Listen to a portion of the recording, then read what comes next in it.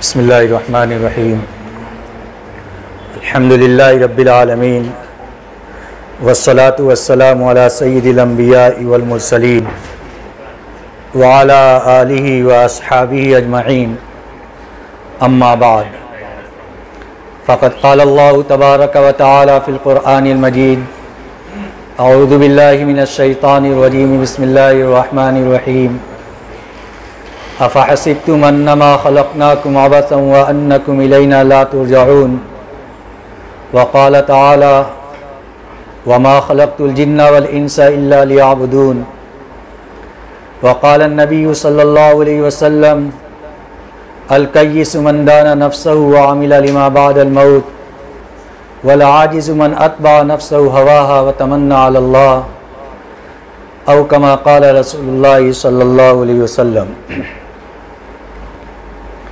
मोहतरम बुजुर्गों और प्यारे बच्चों और पाकीज़ा माएँ और बहनें, आज अल्लाह रब्बुल इज़्ज़त का बेइंतहा फ़ज़्ल और एहसान है कि उसने दीन की बात कहने और सुनने के लिए हम सबको इस घर के अंदर जमा फरमाया है। ये महज अल्लाह के फ़ज़्ल और उसकी तौफ़ीक़ से है, वरना अगर अल्लाह की तौफ़ीक़ ना होती तो हम दीन की बात सुनने के लिए जमा ना होते। कितने वक्त हमारे पास रहते हैं, यूं ही वक्त ज़ाया हो जाता है, कभी इनसे बात करने में, कभी उनसे बात करने में। लेकिन अल्लाह की तौफ़ीक़ शामिल हाल हुई तो आज हम दीन की बात सुनने के लिए इस घर के अंदर जमा हुए हैं। ये अल्लाह का बहुत बड़ा फ़ज़्ल है और उसका बहुत बड़ा एहसान है। इस पर हमें अल्लाह का शुक्र अदा करना चाहिए। अल्लाह के नबी सल्लल्लाहु अलैहि वसल्लम जिस तरीके से मर्दों के लिए नबी हैं, ऐसे ही अल्लाह के नबी सल्लल्लाहु अलैहि वसल्लम औरतों के लिए भी नबी हैं। जैसे ही मरने के बाद मर्दों से कब्र के अंदर 3 सवाल होगा, ऐसे ही औरतों से भी कब्र के अंदर 3 सवालात होंगे। हश्र के मैदान में जहां मर्दों से सवालात होंगे, वहीं वो सारे सवालात औरतों से भी किए जाएंगे। लिहाजा औरतों का गफलत के अंदर पड़े रहना और मनचाही ज़िंदगी गुजारना और आखिरत से गाफिल होकर ज़िंदगी गुजारना, मौत बादल मौत की चीज़ों को भुलाकर ज़िंदगी गुजारना, ये इंतहाई नुकसानदेह है। हमारे जहन के अंदर ये बात रहनी चाहिए कि जितना मरहला मरने के बाद आने वाला है वो हर इंसान के लिए है, चाहे वो मर्द हो या औरत। आखिरत के अंदर नाकामी और नाकामी ये सारे इंसानों के लिए है, चाहे वो मर्द हो या औरत। कुरान पाक के अंदर अल्लाह रब्बुल इज़्ज़त ने जो लोग नेक काम करेंगे उनके बारे में इरशाद फरमाया, मन आमिला सालिहम मिनकुम मिन ज़करिन औ उन्सा, कि जो शख्स भी नेक काम करे, चाहे वो मर्द हो या औरत, फलनुहयिन्नहु हयातन तय्यबन फिल हयातिद दुनिया, तो दुनियावी ज़िंदगी के अंदर उसको अल्लाह रब्बुल इज़्ज़त पाकीज़ा ज़िंदगी अता फरमाएंगे और आखिरत के अंदर इसका अज और सवाब मरहमत फरमाएंगे। इसलिए हमें ये सोचना है और इस बात को दिल के अंदर बैठाना है कि हम सब इस दुनिया के अंदर अल्लाह की जानिब से आए हैं। एक दिन अल्लाह का हुक्म आएगा, इस दुनिया से हम चले जाएंगे। इस आने और जाने के अंदर हमारा अपना कोई इख्तियार नहीं है, बल्कि हम अल्लाह की मर्ज़ी से आए हैं और अल्लाह की मर्ज़ी से इस दुनिया से चले जाएंगे। लेकिन इस ज़िंदगी के अंदर जो आमाल करना है, उसके अंदर अल्लाह रब्बुल इज़्ज़त ने हमें इख्तियार दिया है। नेकी का रास्ता भी दिखला दिया, बुराई का रास्ता भी दिखला दिया। जो आदमी नेकी का रास्ता इख्तियार करेगा, अल्लाह रब्बुल इज़्ज़त उसको अपने मेहमान खाने में जगह अता फरमाएंगे, और जो बदी का रास्ता इख्तियार करेगा, अल्लाह रब्बुल इज़्ज़त उसको जहन्नम जो सज़ा के तौर पर दी जाएगी, वहाँ पर उसका दाखिला फरमाएंगे। इसलिए आज हमें इस बात के बारे में गौर करना है कि क्या हम दुनिया के अंदर यूं ही और बेकार पैदा किए गए हमारे दुनिया के अंदर पैदा किए जाने का मकसद सिर्फ सुबह से शाम तक अपनी घरेलू ज़रूरियात का पूरा करना है, बच्चों की देखभाल करना है, या इसके अलावा भी हमारा दुनिया के अंदर कोई मकसद है? हम दुनिया के अंदर क्यों आए हैं? क्या अपनी ख्वाहिशात को पूरी करने के लिए, लज्जात को हासिल करने के लिए, या अल्लाह रब्बुल इज़्ज़त ने हमें इसके अलावा किसी और चीज़ के लिए पैदा फरमाया है? अल्लाह रब्बुल इज़्ज़त ने कुरान पाक के अंदर इंसानों को मुखातब करते हुए इरशाद फरमाया कि ऐ लोगों, ये बतलाओ, अफ़हसिबतुम अन्नमा खलक़नाकुम अबसन व अन्नकुम इलैना ला तुरजऊन, कि तुमने ये गुमान कर रखा है कि हमने तुमको अबस और बेकार पैदा किया है और ये कि तुम हमारे पास लौट कर नहीं आओगे। यानी अल्लाह रब्बुल इज़्ज़त सवाल कर रहा है इंसानों से कि तुम्हारी ज़िंदगी ऐसी गुजर रही है, ऐसे तरीके से अल्लाह को फरामोश करके ज़िंदगी गुजार रही हो जैसा कि लग रहा है कि तुम्हें अल्लाह के पास लौट कर नहीं जाना है, तुमको यूं ही बेकार पैदा किया गया है। ये नज़रिया ईमान वाले का नज़रिया नहीं है। कुरान पाक के अंदर अल्लाह रब्बुल इज़्ज़त ने दो नज़रिया जिक्र फरमाया है। एक नज़रिया इन हिया इल्ला हयातुन दुनिया नमूतु व नहया व मा नहनु बिमबऊसीन का है कि ये दुनिया की ज़िंदगी ही सब कुछ है, मरने के बाद हमें कुछ नहीं मिलेगा। ये कुफ़ार का है, अल्लाह को ना मानने वाले का है। लेकिन दूसरा नज़रिया ये है कि हम सबको अल्लाह रब्बुल इज़्ज़त ने पैदा फरमाया है। एक दिन हम इस दुनिया से मर के चले जाएंगे, मरने के बाद हम तन्हा जाएंगे, हमारी हर एक की पेशी होगी, अल्लाह के सामने पेश किया जाएगा, हर एक से उसके मुताल्लिक सवालात होंगे। हमें उन सवालों की तैयारी के लिए अल्लाह रब्बुल इज़्ज़त ने दुनिया के अंदर भेजा है। आज अगर गौर करेंगे तो हमारी ज़िंदगी का 24 घंटा किस तरीके से गुजर रहा है। कभी हम तन्हाई के अंदर बैठकर गौर करें कि सुबह होती है, शाम हो जाती है, लेकिन कभी हमें मौका नहीं मिलता कि हम जिस मकसद के लिए इस दुनिया के अंदर आए हैं, क्या उस मकसद के मुताबिक हमारी अपनी ज़िंदगी गुजर रही है या हमारी अपनी ज़िंदगी नहीं गुजर रही है। कुरान पाक के अंदर इरशाद फरमाया वमा खलक़तुल जिन्ना वल इंसा इल्ला लियअबुदून। अल्लाह रब्बुल इज़्ज़त ने हमें दुनिया के अंदर इसलिए पैदा फरमाया है ताकि हम दुनिया के अंदर अल्लाह के बंदे बनकर रहें, बंदगी अख्तियार करें, अल्लाह की इबादत करें। आज हम अपने मुआशरे का जायज़ा लें कि हमारी ज़िंदगी कैसी गुजर रही है। हम अल्लाह को याद करके ज़िंदगी गुजार रही हैं, आखिरत को याद करके ज़िंदगी गुजार रहे हैं, या इन चीज़ों को फरामोश करके और भूल कर ज़िंदगी गुजार रहे हैं। अगर देखेंगे तो आज हमारे दिल का ताल्लुक़ दुनिया की चीज़ों के साथ है, दुनियावी लज्जात के साथ है, दुनिया की ज़ेब व ज़ीनत के साथ अटका हुआ है।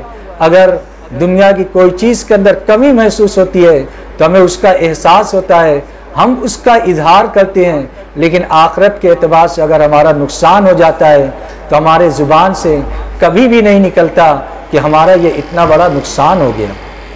हालांकि आखिरत का नुकसान असल नुकसान है और दुनिया का नुकसान इसकी कोई हैसियत आखिरत के मुकाबले में नहीं है। हम इस दुनिया के अंदर आए हैं, एक मुतय्यना मुद्दत लेकर आए हैं। एक दिन आएगा कि अल्लाह रब्बुल इज़्ज़त के मुतय्यन किया हुआ वक्त को हम पूरा करके इस दुनिया से चली जाएंगी। उस वक्त ऐलान करने वाले ऐलान करेंगे कि फ़ुला इब्न फ़ुला का या फ़ुला की पतों का इंतकाल हो गया, फ़ुला की बेटी का इंतकाल हो गया। उस वक्त लोग हमारे ऐलान को सुनेंगे, लेकिन उस ऐलान के आने से पहले पहले जबकि हमारे जनाजे को उठाया जाए, हमारे लिए ऐलान किया जाए हमने वहाँ की कितनी तैयारी की। हारून रशीद के बेटे का तस्करा जिसको फ़ज़ाइल सदक़ात के अंदर शेख रहमतुल्लाह अलैह ने बहुत तफसील से जिक्र फरमाया है कि वो शहज़ादा था, शाही ज़िंदगी गुजार रहा था, लेकिन उसको अपने बाप का तनाउम और उनकी ऐश व इशरत की चीज़ें अच्छी नहीं लग रही थी, और इस शहज़ादे की ज़िंदगी उन लोगों को अच्छी नहीं लग रही थी क्योंकि ये सादगी के साथ रहता था, तो वो समझते थे कि ये शहज़ादे की शान के ख़िलाफ़ है। जब वो छोड़कर चला गया, फिर उसके इंतकाल का वक्त करीब हुआ, वक्त किस्सा लंबा है, तो उसने एक शेर पढ़ा, या साहिबी ला तग़तर बितनाउमी, क्या मेरे साथी तुम दुनिया की ज़ेब व ज़ीनत से धोखा में मत पड़ना। फ़इन्नल उम्र यनफ़द वन्नईम यज़ूलु, क्योंकि दुनिया की नेमतें जितनी हैं वो सब के सब ख़त्म हो जाएंगी और ये उम्र भी ख़त्म हो जाएगा। इज़ा हमलत इलल क़ुबूरि जनाज़तन फ़अलम बिअन्नका बअदहु महमूलु, जब कब्र के वास्ते कोई जनाजा अपने कंधे पर उठा कर लेकर जाया करो कब्र की तरफ, तो इस बात का यकीन दिल के अंदर बैठा लो कि एक दिन ऐसा भी आएगा कि हमारा भी जनाजा उठाया जाएगा, हमारा भी ऐलान कर दिया जाएगा। उस वक्त हम अपने से गुस्ल नहीं कर पाएंगे, हम अपने से कपड़े को नहीं तब्दील कर सकेंगे। उस वक्त हमारा क्या हाल होगा जब हम कब्र की तन्हाई के अंदर तन्हा चली जाएंगी, वहाँ पर कोई पुरसाने हाल नहीं होगा। आज हमारे घर के अंदर अगर एक छिपकली निकल आती है तो किसी औरत की इतनी मजाल नहीं होती कि वो उस घर के अंदर रहे, हिम्मत नहीं करती कि उसके अंदर घुस जाएं, फौरन घर से बाहर निकल आती हैं। ज़रा सोचें कि वो कब्र की तन्हाई होगी जहाँ पर कोई किसी के साथ नहीं होगा। अल्लाह के नबी सल्लल्लाहु अलैहि वसल्लम ने इरशाद फरमाया, कब्र रोज़ाना ऐलान करती है, मैं तन्हाई का घर हूँ, मैं कीड़े मकोड़े का घर हूँ।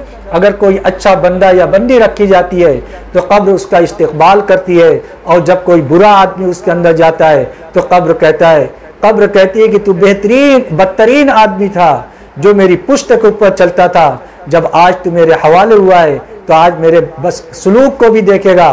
फिर उसके बाद कब्र उसको इस तरीके से भेजती है जैसे कि एक हाथ की उंगली दूसरे हाथ के अंदर मिला दें तो उसी तरीके से इंसान की पसलियां एक दूसरे के अंदर घुस जाती है। अब सोचिए उस वक्त हमारा क्या हाल होगा, जहां पर 70 अज़दहे मुसल्लत कर दिए जाएंगे हमारे ऊपर। वहां पर एक हाथ हमें जब फरिश्ते वहां पर मारेंगे तो हम उसकी वजह से 70 हाथ नीचे जमीन के अंदर धंस जाएंगे।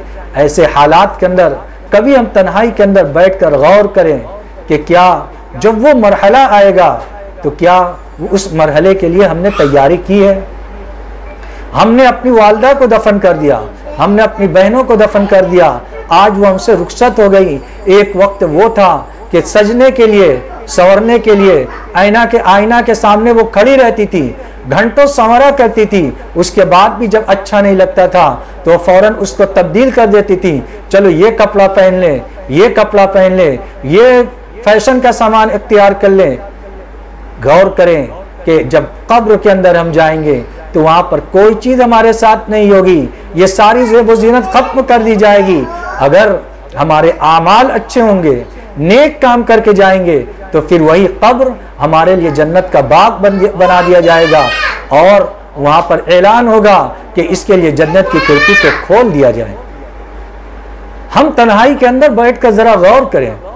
इन मजलिसों को मुनाकिद करने का मकसद ये है कि आज जो हमारे दिल के अंदर गफलत पड़ी हुई है, हर तरफ दुनियावी ज़ेब व ज़ीनत, हर तरफ दुनिया की चीज़ का तस्करा, हमारे कपड़े अच्छे होने चाहिए, हमारे पास जेवरात भारी से भारी होने चाहिए, कहीं जाना हो तो अच्छी से अच्छी चीज़ ऐसी पहन कर जाएं कि दोस्त के पास वो चीज़ ना मिले। फिर उसके बाद निगाह रखना, नज़र रखना कि हमारी चीज़ उससे अच्छी है। गौर करें कि ये हम किस चीज़ के अंदर अपनी चीज़ों को ज़ायल कर रहे हैं, अपनी फ़िक्र को ज़ाया कर रहे हैं, अपने वक्त को ज़ाया कर रहे हैं। ये सारी चीज़ें घुल मिलकर ख़त्म हो जाएंगी, ये चीज़ हमारे साथ नहीं जाएंगी। हमारे साथ मरने के बाद हमारे साथ तो ईमान और हमारे आमाल जाएंगे। हमने कभी गौर किया कि हमारे दिल के अंदर अल्लाह है, हमारे दिल के अंदर रसूल है, हमारे दिल के अंदर अल्लाह और रसूल की मोहब्बत है, हमारे दिल के अंदर इस बात का इस्तेदार और यकीन है कि हम मरने के बाद कब्र के अंदर जब जाएंगे तो मुनकर नकीर से हमारा सामना होगा। वहाँ पर कुछ सवालात हमसे होंगे, मन रब्बु, तेरा रब कौन है, वमा दीनु, तुम्हारा दीन क्या है, वमाज़ा तक़ूलु फ़ी हाज़ा रसूल, और नबी सल्लल्लाहु अलैहि वसल्लम के बारे में सवालात होंगे कि तुम इनके बारे में क्या कहती थी। कभी हम तन्हाई के अंदर बैठकर गौर करें, सोचें कि हमारे दिल के अंदर क्या अल्लाह रब्बुल इज़्ज़त की रुबूबियत का यकीन है। जाहिर सी बात है कि आज जब औरतों की तरबियत नहीं हुई तो अपने बच्चों की भी तरबियत नहीं करती। पहले की माएँ ऐसी होती थीं जो बच्चियों की तरबियत क्या करती थी। किताबों के अंदर उनके वाक़यात मज़कूर हैं कि कैसी कैसी वो नेक हुआ करती थी, कि अपनी पारी के अंदर रोटी पकाते हुए वो कई पारा की तिलावत कर लिया करती थी। आज जरा इसका तस्वुर हमारे जहन के अंदर है। इस पुरफितन दौर के अंदर हम गौर करें कि जब ये मोबाइल हमारे हाथ के अंदर है तो आज नई नस्ल खाना पकाते हुए मोबाइल को देखती रहती है, खाना पकाती रहती है। अब जब ये खाना हमारे जिस्म के अंदर जाएगा तो इस खाने के जरिए से क्या उन बच्चों के दिल के अंदर नूर पैदा होगा? क्या इसकी वजह से उनके दिल के अंदर इस खाने की वजह से इताअत का जज्बा पैदा होगा? जाहिर सी बात है कि जब हम इस खाने को पकाने के अंदर अल्लाह की नाफरमानी करेंगे और वो खाना जब उनके पेट के अंदर पड़ेगा तो फिर उसके ज़रिए से ताअत का जज्बा उनके दिल के अंदर पैदा नहीं होगा। अल्लाह रब्बुल इज़्ज़त ने हलाल माल के अंदर और जब उसको नेकी के साथ अच्छे तरीके से अल्लाह का जिक्र करते हुए पकाया जाए तो उसकी एक बरक़ात रखी है। उन बरक़ात का असर उनकी औलाद के अंदर ज़ाहिर होती है।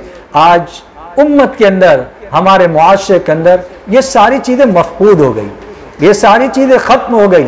पहले ये चीज़ें पाई जाती थी, अल्लाह का जिक्र करते हुए, तस्बीह पढ़ते हुए औरतें काम किया करती थी, लेकिन आज ये सारी चीज़ें उनकी ज़िंदगी से मफकूद हो गई, धीरे धीरे ख़त्म होती चली जा रही हैं। और अब जब दीन की मजलिस मुनक़िद नहीं होती तो ऐसी बातें अगर बयान की जाए तो हमारे यहाँ की बच्चियाँ इनको सुनकर हैरत करेंगी कि क्या खाने पकाने के वक्त भी अल्लाह का जिक्र करना है, उस वक्त भी तिलावत करना है। पहले औरतें हाफिजा हुआ करती थी, कुरान पाक उनको याद हुआ करता था, वो वक्त को ज़ाया नहीं करती थी, वो अपनी पारी के अंदर खाने बनाने के अंदर कुरान पाक की तिलावत किया करती थी। इसके ज़रिए से अल्लाह रब्बुल इज़्ज़त उनके खानों के अंदर नूर रखता था और जब वो नूर होता था तो इसके ज़रिए से बच्चों के अंदर इताअत का जज्बा पैदा होता था और वो अपने वालिदैन के भी मुती और फरमाबरदार होते थे। इसके ज़रिए से वो आगे चलकर नेक बनते थे और उम्मत के मुक्तदा और रहबर बना करते थे। शेख अब्दुल कादिर जिलानी रहमतुल्लाह अलैह, ख्वाजा बख्तियार काकी रहमतुल्लाह अलैह और बहुत बड़े बड़े अकाबिरीन जिनके बारे में किताबों के अंदर लिखा हुआ है कि इन तमाम हजरात की तरक्यात के अंदर इनकी वालिदा का बेइंतहा दखल रहा है, उनकी तरबियत का बेइंतहा दखल रहा है। वो बचपन के अंदर तरबियत किया करती थी, उनके दिल के अंदर अल्लाह के यकीन को बैठाया करती थी और कहती थी कि जाओ, तुम्हें भूख लगी है, तुम 2 रकात नमाज पढ़ो, अल्लाह से मांगो, अल्लाह तुम्हारी भूख को मिटाएगा, वो तुम्हारे लिए खाने का इंतज़ाम करेगा।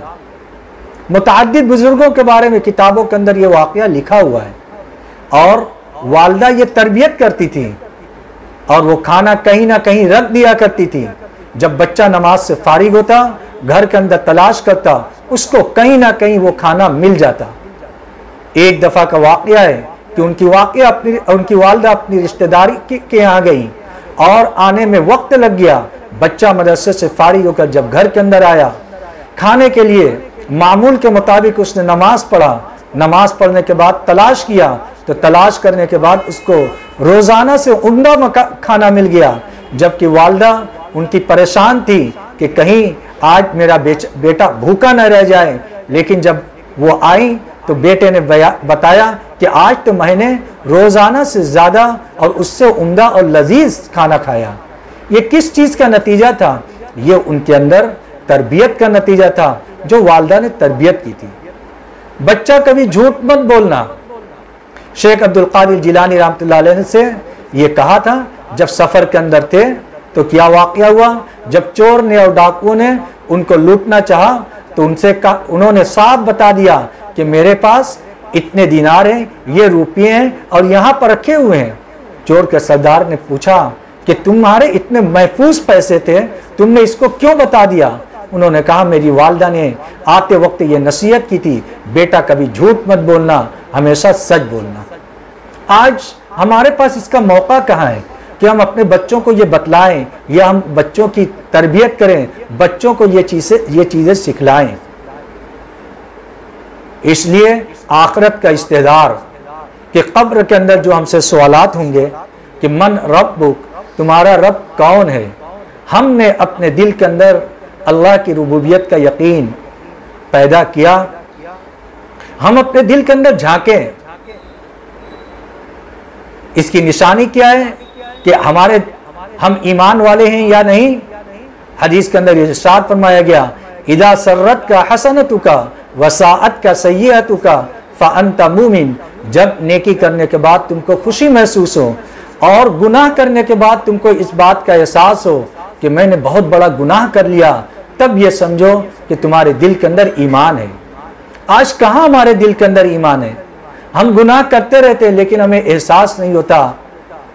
हम गुनाह पर गुनाह कर रहे हैं लेकिन हमें एहसास नहीं होता। एक दिन हम मर जाएंगे, मरने से पहले पहले अल्लाह रब्बुल इज़्ज़त ने हमें आज मौका मरहमत फरमाया है। हम पूरी जिंदगी गुनाह के अंदर गुजार लें, लेकिन अगर तौबा कर लें तो अल्लाह रब्बुल इज़्ज़त को तौबा बेइंतहा पसंद है। इस तौबा की बुनियाद पर अल्लाह रब्बुल इज़्ज़त हमारे गुनाहों को माफ़ फरमा देगा। हम कभी तौबा करके तो देखें। हमारी ज़िंदगी अल्लाह की मासियत और नाफरमानी के साथ गुजर रही है। हम नमाज का कितना एहतमाम कर रहे हैं। 5 वक्त मुअज्जिन अजान देता है, बट पहले घरों के अंदर ये माहौल था और ये हाल था कि जब मुअज्जिन अल्लाहु अकबर कहता था तो घर के अंदर जितनी मस्तूरात होती थी वो अपने घर के अंदर रहती थी और अपने घर के अपने बालों को ढांक लिया करती थी। किस बुनियाद पर? अजान की अजमत की बुनियाद पर। आज क्या माहौल है? अजान हो रही है, हम मोबाइल देख रहे हैं, किस हाल के अंदर है उससे कोई मतलब नहीं। अजान की अजमत निकल गई। नमाज पढ़ लिया, टाल मटोल करके पढ़ लिया, छूट गई, कोई परवाह नहीं। हम अगर आप गौर करें कि आज अगर हम यहाँ पर अपने वक्त की कदर नहीं करेंगे, अगर हमने नमाज का एहतमाम नहीं किया, तो कब्र के अंदर जब नमाज के एहतमाम न करने की बुनियाद पर अजाब कब्र होगा तो उस वक्त हमारा क्या हाल होगा। आज हमारे पास मौका है। अल्लाह रब्बुल इज़्ज़त ने हमें ज़िंदगी मरहमत फरमाई है। मुख्तसर सी ज़िंदगी है, 60 से 70 साल के दरमियान। इसको हमें अल्लाह रब्बुल इज़्ज़त को राज़ी करके जाना है, राज़ी करने वाले आमाल करना है। उनमें सबसे पहला अमल नमाज का है कि हम 5 वक्ता नमाज का एहतमाम करें। नमाज का वक्त हो जाए, अजान हो जाए, फौरन नमाज पढ़ें। अपने घर के अंदर बच्चियों को भी नमाज पढ़ाएं, बच्चों को मस्जिद के अंदर भेजें। जो बहुत ज़्यादा छोटे बच्चे हों उनको घर के अंदर अपनी निगरानी में नमाज पढ़ाएं। जब हमारे घर का माहौल नमाज वाला माहौल होगा तो इसकी वजह से अल्लाह रब्बुल इज़्ज़त की रहमत हमारे घर की जानिब मुतवज्जो होगी और उसका असर हम अपने घर के अंदर देखेंगे। वरना अगर मासियत और नाफरमानी होगी, गुनाह के काम होंगे, तो फिर उसके बाद शैतान का तसल्लुत हमारे घर के अंदर होगा। फिर जब शैतान का तसल्लुत होगा तो आपस के अंदर ना इत्तेफाकी होगी।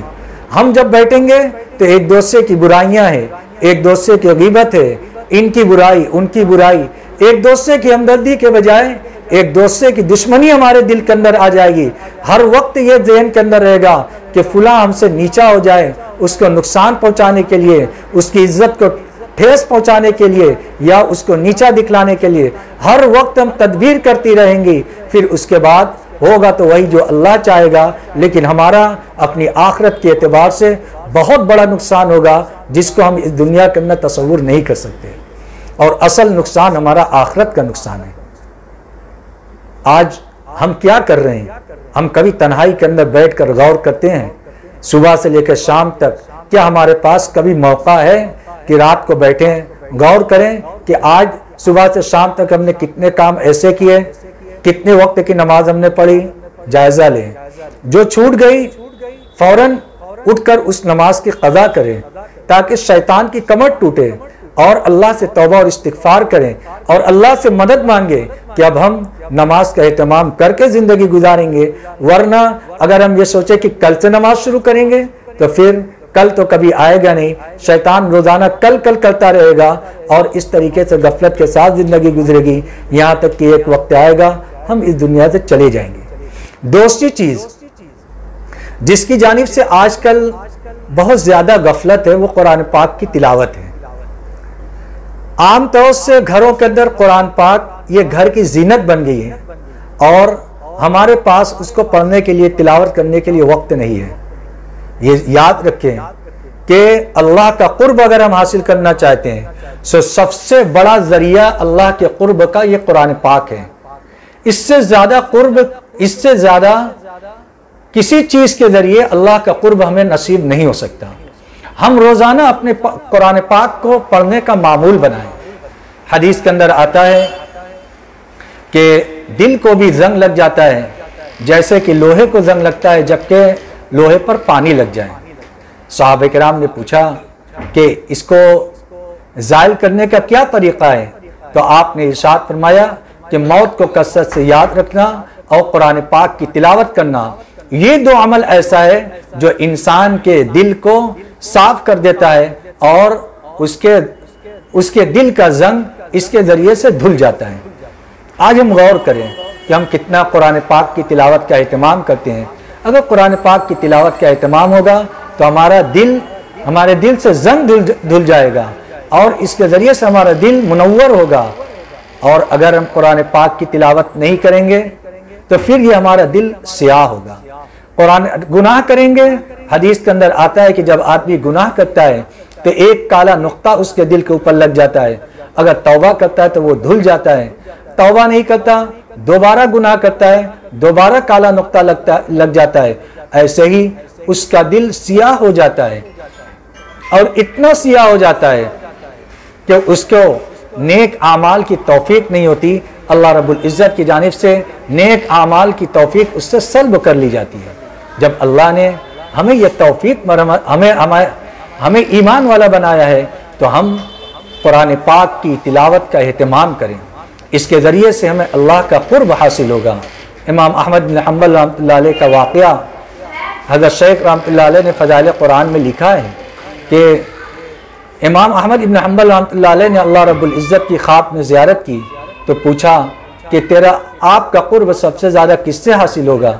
अल्लाह रब्बुल इज़्ज़त ने फरमाया कुरान पाक के कलाम से, या कुरान पाक की तिलावत से, यानी मेरे कलाम से। पूछा गया कि समझ कर पढ़े या बेसमझ कर, कहा समझ कर पढ़े या बिला समझे पढ़े, हर हाल के अंदर अल्लाह का कुर्ब कलामुल्लाह के ज़रिए से हासिल होगा। इसलिए हम इसका एहतमाम करें, मामूलात के अंदर रखें, जितना भी हो सके एक पाव आधा कुछ ना कुछ रोज़ाना कुरान पाक की खुद भी तिलावत करें। घर के अंदर बड़ी बच्चियाँ हों, बच्चे हों, उनसे भी कुरान पाक की तिलावत का एहतमाम करें। हम ट्यूशन भेजने का एहतमाम करते हैं, इम्तिहान की तैयारी कराने का एहतमाम करते हैं, लेकिन कभी इसका तो एहतमाम करें कि उसको असल काम आने वाली चीज़ कुरान पाक की तिलावत है।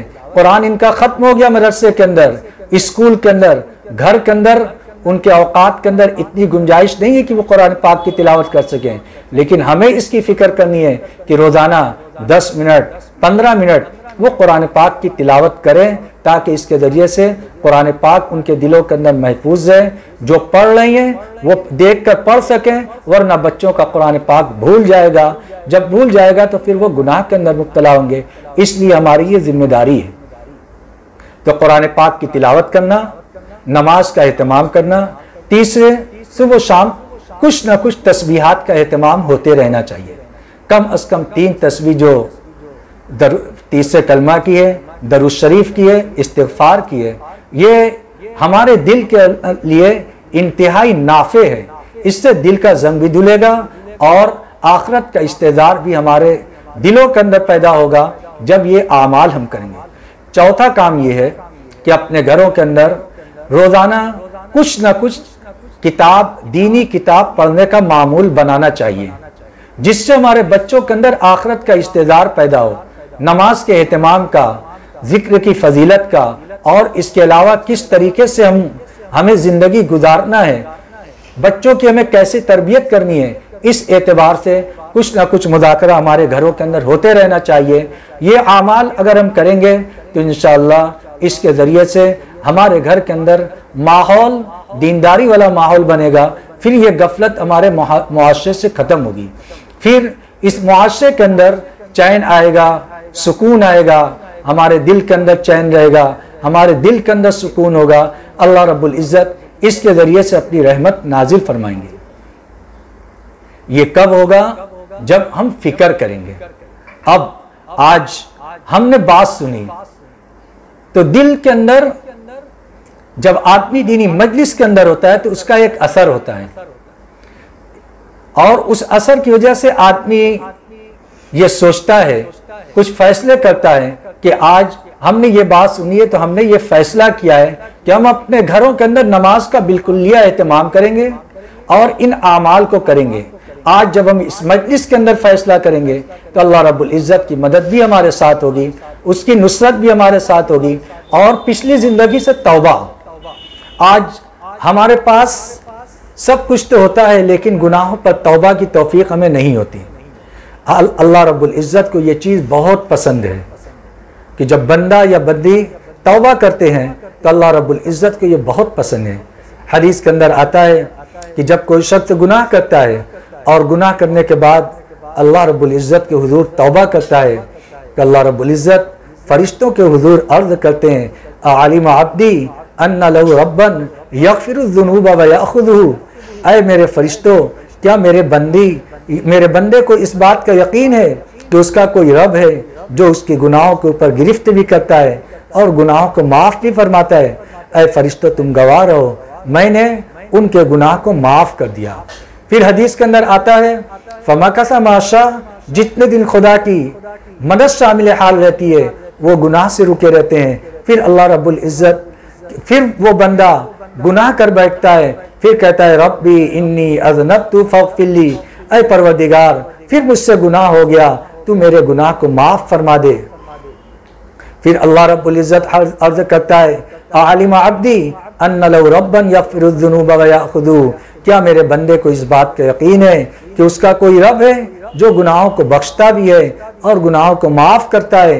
ऐ फरिश्तों, तुम गवाह रहो, मैंने उनके गुनाह को माफ़ कर दिया। फिर कुछ जितने दिन तक खुदा की मदद शामिल हाल रहती है आदमी गुनाह से रुका रहता है, फिर गुनाह कर बैठता है, फिर कहता है रब्बी इन्नी अज़नबतु, ऐ परवरदिगार मुझसे गुनाह हो गया, तू मेरे गुनाह को माफ़ कर दे। फिर अल्लाह रब्बुल इज़्ज़त फरिश्तों से फरमाता है, आलिम अब्दी अन्ना लहू रब्बन यग़फिरुज़्ज़ुनूब व याख़ुज़ुहु। क्या मेरे बंदे को इस बात का यकीन है कि उसका कोई रब है जो गुनाहों को बख्शता भी है और गुनाहों पर गिरफ्त भी करता है। तुम गवाह रहो, मैंने गुनाह को माफ़ कर दिया। गुनाह करना बुरी बात नहीं, गुनाह से बचना चाहिए, लेकिन अगर गुनाह हो जाए तो उसके बाद तौबा करना चाहिए, उसके बाद ढिठाई नहीं करनी चाहिए कि हम दोबारा गुनाह करने लगे, आगे गुनाह करने लगे, बल्कि आदमी को तौबा और इस्तिग़फ़ार करना चाहिए। अल्लाह रब्बुल इज़्ज़त को ये अमल बहुत पसंद है। कुल्लुकुम खत्ताऊन व खैरुल खत्ताईन अत-तव्वाबून। जितने बनी आदम है, इंसान हैं, सब गुनहगार हैं और तमाम गुनहगारों में सबसे ज़्यादा पसंदीदा अल्लाह रब्बुल इज़्ज़त को वो लोग हैं जो सबसे ज़्यादा तौबा करने वाले हैं।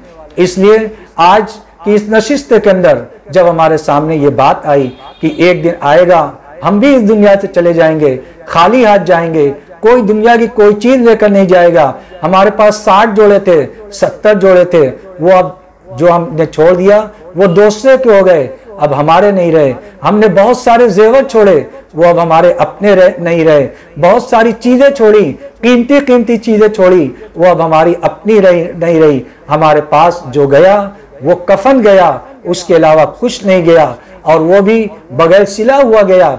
इस हाल के अंदर हम इस दुनिया से जा रहे हैं कि खाली हाथ हैं, कोई सामान ज़ेबो सीनत की चीज़ भी हमारे पास नहीं है, सब हम यहाँ पर छोड़कर चली जाएंगी और वहाँ पर हमारे पास हमारे आमाल होंगे।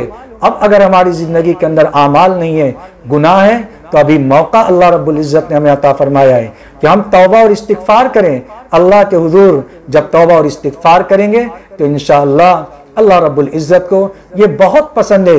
एक आदमी पूरी ज़िंदगी कुफ्र के अंदर मुब्तला रहता है, आखिरी वक्त के अंदर कलमे ला इलाहा इल्लल्लाह पढ़ लेता है, अल्लाह रब्बुल इज़्ज़त उस बंदे के सारे गुनाह को माफ़ फरमा देते हैं। हदीस के अंदर आता है कि अगर इंसानों के गुनाह पहाड़ की चोटी के बराबर पहुंच जाए और फिर भी वो सच्चे दिल से तौबा और इस्तिग़फ़ार कर ले तो अल्लाह रब्बुल इज़्ज़त उनके गुनाह को माफ़ फरमा देते हैं।